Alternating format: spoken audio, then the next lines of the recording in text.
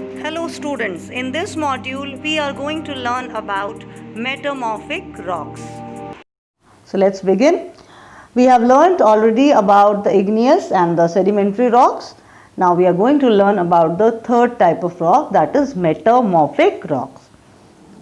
Let's start. Now children, there are certain points written about what is a metamorphic rock and how it is formed. So the first point, meta means change and the word morph means form. So it's very clear that metamorphic means change in form. So what kind of change is it? It is a change of a particular rock which experience high temperature and pressure, and because of this high temperature and pressure they entirely change their form. This means their physical and chemical properties completely changes. Maybe the rock was earlier brown in color, now maybe it is little blackish in color or little lighter brown in color. So this is a physical change. Maybe the rock was earlier very soft grained, now the grain of the rocks are coarse, little bigger. So these are physical changes. In chemical changes, the rock might have minerals like silica, mica, but now the rock is having some another minerals. So this means that a pre-existing rock, just look at the second point, there was a pre-existing rock which experienced high temperature and pressure, and due to which its nature completely changed. What nature? Chemical as well as physical, both. Now children, what kind of rock is this pre-existing rock? Answer is, it can be a sedimentary rock, it can be an igneous rock, or it can be a metamorphic rock. So what I mean, that any sedimentary, igneous or any metamorphic rock which has already changed its form. The metamorphic rock means the rock which has already changed its form and it has become a new rock. So a sedimentary rock, igneous rock or a metamorphic rock, when all these rocks, any of these rocks, when they experience high temperature and pressure, they entirely change their form, their chemical and physical properties entirely changes. So this is the process of metamorphism. I hope this is clear. Now children, why metamorphism happens? Now metamorphism happens, first reason, by the action of heat. So I'll tell you in the coming, in this chapter only, in the coming slides, that due to heat, the rock can change its physical and chemical properties.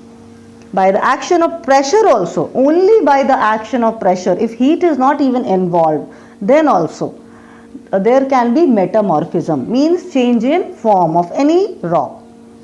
And by the combined effect of heat and pressure also, there can be metamorphism. So like this, metamorphic rocks are formed. Let's proceed. Now I have written certain points for better understanding. See the first point. Metamorphic rocks arise from transformation of existing rock types, and this process is called metamorphism, which means change in form. Now children, if we can define metamorphic rocks, so metamorphic rocks are formed due to intense pressure and temperature experienced, and this leads to change in its physical and chemical properties. The word metamorphism means change in form. Now the second point, the original rock is subjected to heat and pressure, and this causes physical and chemical change in the nature of a pre-existing rock. Pre-existing rock can be sedimentary, igneous, or even a metamorphic rock. Even a metamorphic rock can undergo metamorphism once again. So children, any rock can experience intense heat and pressure and can undergo metamorphism, which result in change in its chemical and physical properties. Now the third point, the pre-existing rocks may be sedimentary, igneous, or even an existing metamorphic rock. So I hope I have made some explanation and it is clear. Now let's proceed. Metamorphic rocks are created by physical and chemical alteration by heat and pressure of the existing igneous sedimentary rocks. And metamorphic rocks form 12% of the land surface. So these are the important information about metamorphic rocks. See children, examples. So as I told you, the rock changes. So you can see here the parent rock which has changed to a metamorphic rock. So sandstone, it is an sedimentary rock. It will, when it undergoes metamorphism, it will change to quartzite. Limestone is another sedimentary rock. It undergoes metamorphism and changes to marble. See, this is shale changing to slate. Granite, which is an igneous rock, changes to gneiss. So these are the common examples of metamorphic rocks. There are some examples like slate, schist, gneiss, marble and quartzite. So these are the common metamorphic rock. You can learn these names and you can use them to write in the as examples in the answer. Let's proceed. See children, I have put almost the same picture, but you will find words which you are not familiar with. That is foliated and non-foliated metamorphic rocks. Now children, metamorphic rocks are of two types. See, this you don't have to learn, it's not in the book, but the word foliated is mentioned in the book, so that's why I put it in the slide so that you can understand it. So what is the meaning of the word foliated? Let's see.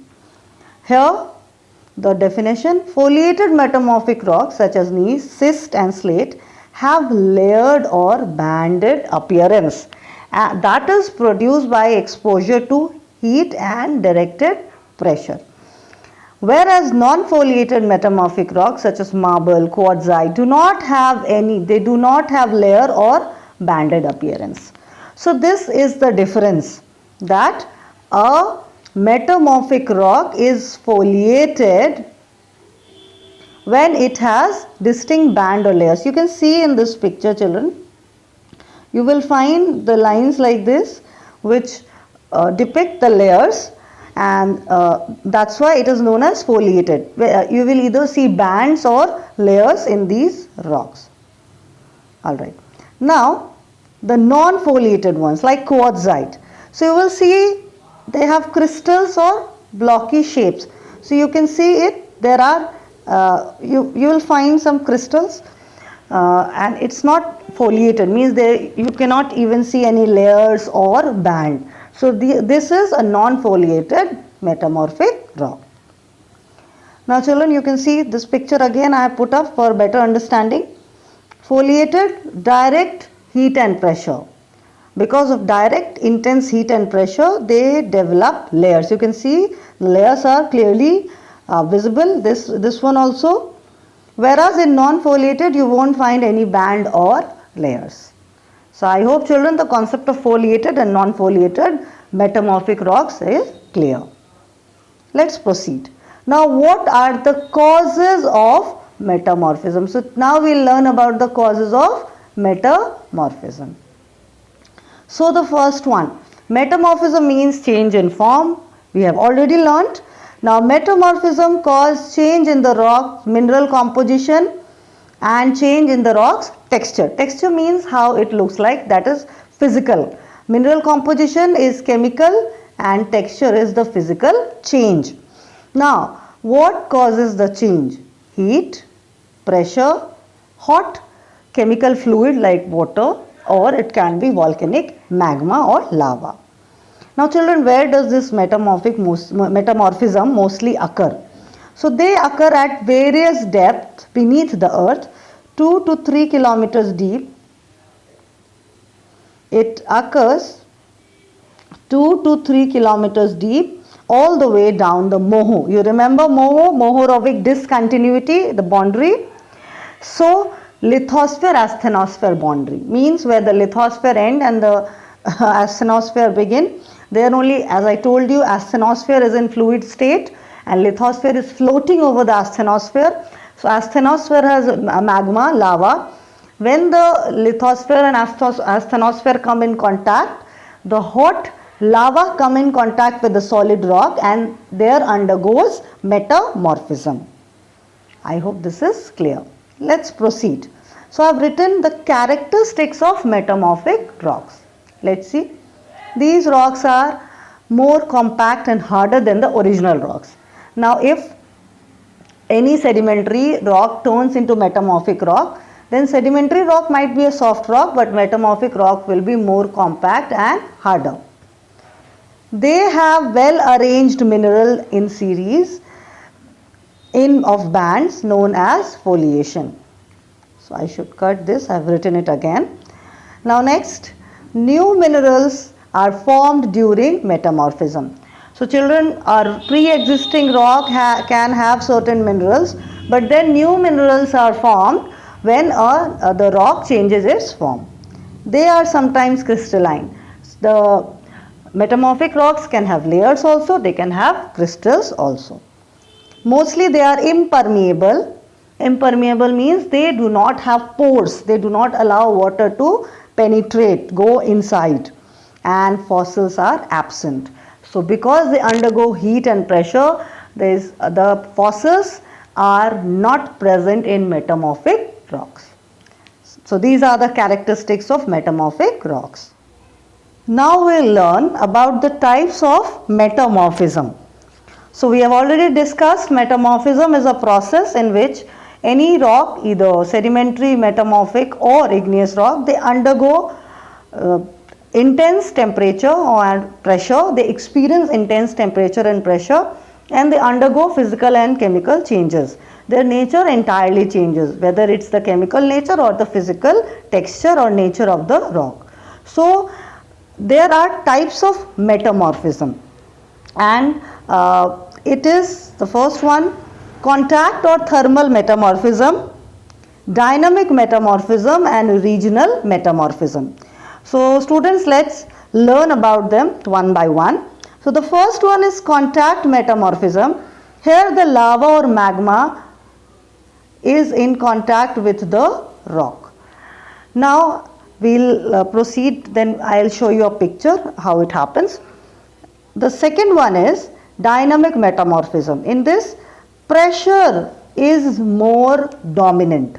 Means between heat and pressure is more dominant in dynamic metamorphism, whereas in contact or thermal metamorphism, temperature plays a major role. Now the third one, regional metamorphism. Now in this, temperature and pressure both are working together and a very large area is affected. Means metamorphism occurs in a very large area. That's why it is regional metamorphism. I hope you have understood the concept. Let's proceed. Now children, this is a pictorial representation.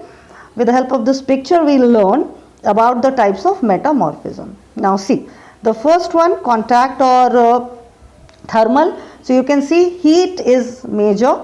Now see in the diagram here, you can see the lava which is coming out with bright yellow color, and it is coming in contact with the surrounding rocks. So the surrounding rocks are experiencing intense heat, at the same time some pressure also. So this is leading to contact or thermal metamorphism. So thermal metamorphism occur when a very hot fluid like magma or lava, it come in contact with the surrounding rocks. Now there is a picture of contact metamorphism. See, in this you can see this is the magma chamber and these are the rocks surrounding the magma. So these rocks are coming in contact with the heated magma, and therefore this is called contact metamorphism. I think this is clear. Let's proceed to the previous picture. So contact metamorphism we have done. This one. Let's move to the dynamic metamorphism. So in dynamic metamorphism, pressure is more active than temperature. Means temperature has a secondary role, whereas the pressure has the primary role, the major role. So what happens? The word is faulting. Children, faulting occurs when crack appear due to the movement of the lithospheric plates. In the previous chapter, I taught you about lithosphere, that how lithosphere is a solid layer and it floats on the asthenosphere. The lithosphere is divided into several plates, the continents and oceanic plates. They keep moving. So when the plates move away, then faulting happens, means cracks appear in the plates, and because of faulting, the lava comes out from within the earth. The magma comes out from within the earth, that is from the asthenosphere or from the mantle. So this magma, when it comes out, intense heat is experienced, and the pressure of the faulting, because of the pressure of the rocks, the rock break, and the pressure is much more experienced than the heat. So this leads to dynamic metamorphism. So the first one, contact metamorphism, heat was major, was the active agent. In dynamic, because of the pressure, faulting occurs, means crack occurs. So in dynamic, the pressure is the major, playing the major role. And the third one is regional metamorphism. Both pressure and heat play equal role, but it happens in a very, very large area. So the name is regional metamorphism. So this is the concept of different types of metamorphism. Now let's proceed, children. This we have already seen. See, one more picture of thermal or contact metamorphism. So we'll see the points. Occur due to rise in temperature when magma invades a host rock. Host rock means a pre-existing rock, and magma comes out from within the earth's surface. You can see this picture. Magma is oozing out and it is invading. It is capturing the rocks outside and it is leading to metamorphism. A zone of metamorphism forms in the rock surrounding the magma. So the rock which is in contact with the magma experience metamorphism. Most easily recognized when it occurs at the surface or near surface environment. Now this type of metamorphism is experienced either near the surface or just below the surface, because it happens when the magma come in contact with the host rock or pre-existing rock. So definitely the magma, when it comes out on the surface, then only it will come in contact, or just below the surface it will come in contact with the other rocks. So this is about contact or thermal metamorphism. Now children, in types of metamorphism we move to the second one, that is dynamic metamorphism.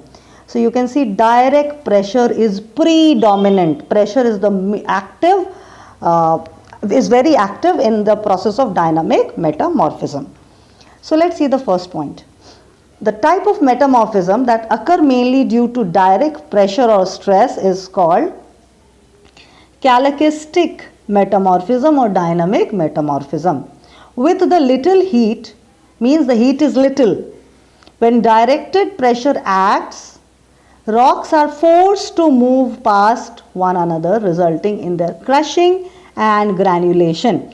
Means the rocks, when crack appear, faulting occurs, the rocks are crushed and they are granulated, means torn into grains. This kind of effect is called catalysis. Now catalysis is merely mechanical breakdown of rock without any new mineral formation. So they have also written the definition of catalysis. Children, this is not in your syllabus.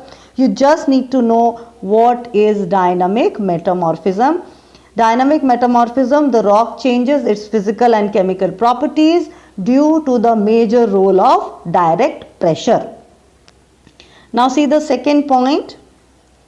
Dynamic metamorphism is sometimes called dislocation metamorphism because it takes place along great fracture belt of the earth's crust. Fracture belt means where a landform gets cracked. So because it occurs there, the rocks break into grains and crushed. So they are known as dislocation metamorphism. I hope this is clear.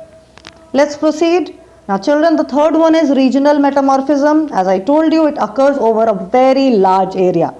Let's see the picture and the points. See, when this is folding is happening, you can see the land is coming close to each other. So the land is getting folded. And in the second picture, you can see a part of land is going inside and the other is moving up. I have taught you in the previous chapter how a part of earth is lost in the mantle. Now what happens? It occurs over a wide area. The heat and pressure are created at convergent boundaries of plate. Convergent means here when plate boundaries come towards each other. Children, I'll explain again. See here, converging. Two plate boundaries, two tectonic plates are converging, coming towards each other. So these are called convergent boundaries. When they collide, the rocks get crushed, the rocks are turned into grains and usually produce foliated rocks. You remember, foliated rocks have layers or bands. So these were the types of metamorphism: contact or thermal, dynamic and regional. Now children, we will see the difference between contact and regional metamorphism. Let's see the first point. Rocks that are in contact with hot magma or lava often become metamorphosed. This is called contact metamorphism. So in contact with magma or lava. Second one, sometimes rock are metamorphosed over large area. The size of many states and even countries. So children, this is what I was trying to tell you, that regional metamorphism happens when the metamorphism occurs over a very large area. Whereas in case of contact and dynamic metamorphism, they occur in a very small area. They influence a very small area.